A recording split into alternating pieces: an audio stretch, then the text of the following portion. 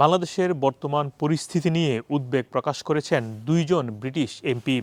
সোমবার ব্রিটিশ পার্লামেন্টে তারা বক্তব্য রাখেন।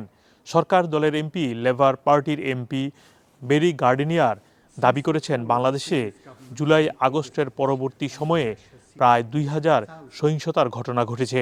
এর মধ্যে সবচেয়ে বেশি ক্ষতিগ্রস্ত হয়েছেন মাইনরিটিরা।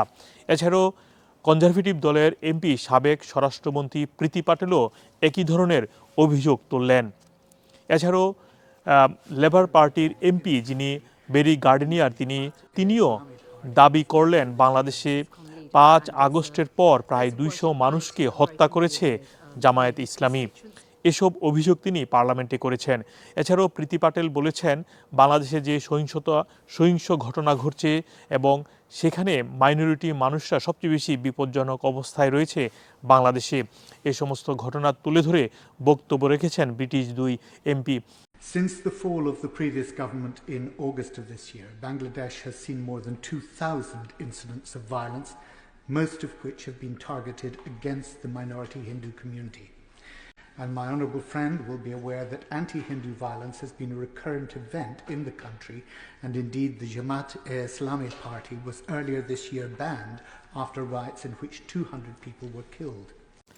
এছাড়াও ব্রিটিশ পার্লামেন্টে সনাতনী জাগরণী মঞ্চের মুখপাত্র চিন্ময় কৃষ্ণ দাসকে নিয়েও বক্তব্য দিয়েছেন।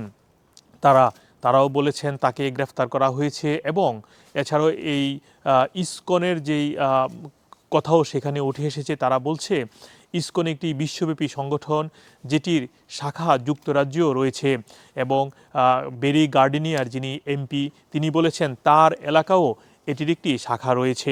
এসব বিষয় নিয়ে বক্তব্য রেখেছেন। বিশেষ করে মাইনরিটিদের উপর যে হামলা বা হচ্ছে এটি নিয়ে সবচেয়ে বেশি উদ্বেগ প্রকাশ করেছেন তারা। Of the ISKCON Krishna consciousness movement has been arrested. ISKCON is a worldwide branch of modern Hinduism with its UK headquarters at Bhaktivedanta Manor in Bushi, many of whose worshippers live in my own constituency of Brent West. We have a religious leader who has now been arrested. We need to know effectively what is being done to secure his release, due process in particular. এছাড়াও গত কয়েকদিন আগে বাংলাদেশ থেকে সফর করে এসেছেন যুক্তরাজ্যের পররাষ্ট্র বিষয়ক প্রতিমন্ত্রী ক্যাথরিন ওয়েস্ট। তার কাছেও প্রীতি পাটেল জানতে চেয়েছেন বাংলাদেশের পরিস্থিতির বিষয়ে। এছাড়াও যুক্তরাজ্যের পররাষ্ট্র মন্ত্রণালয়কে বাংলাদেশের উদ্বেগের বিষয়টি তারা জানিয়েছেন। অন্যদিকে বাংলাদেশ সরকারের পক্ষ থেকে বলা হচ্ছে সংখ্যালঘুদের উপর যে নির্যাতনের খবর প্রকাশিত হচ্ছে সেই বিষয়ে প্রতিবেশী কয়েকটি মিডিয়া অপপ্রচার করছে বলেও দাবি করেছেন। মোহাম্মদ আব্দুল হান্নান, 2A নিউজ, যুক্তরাজ্য।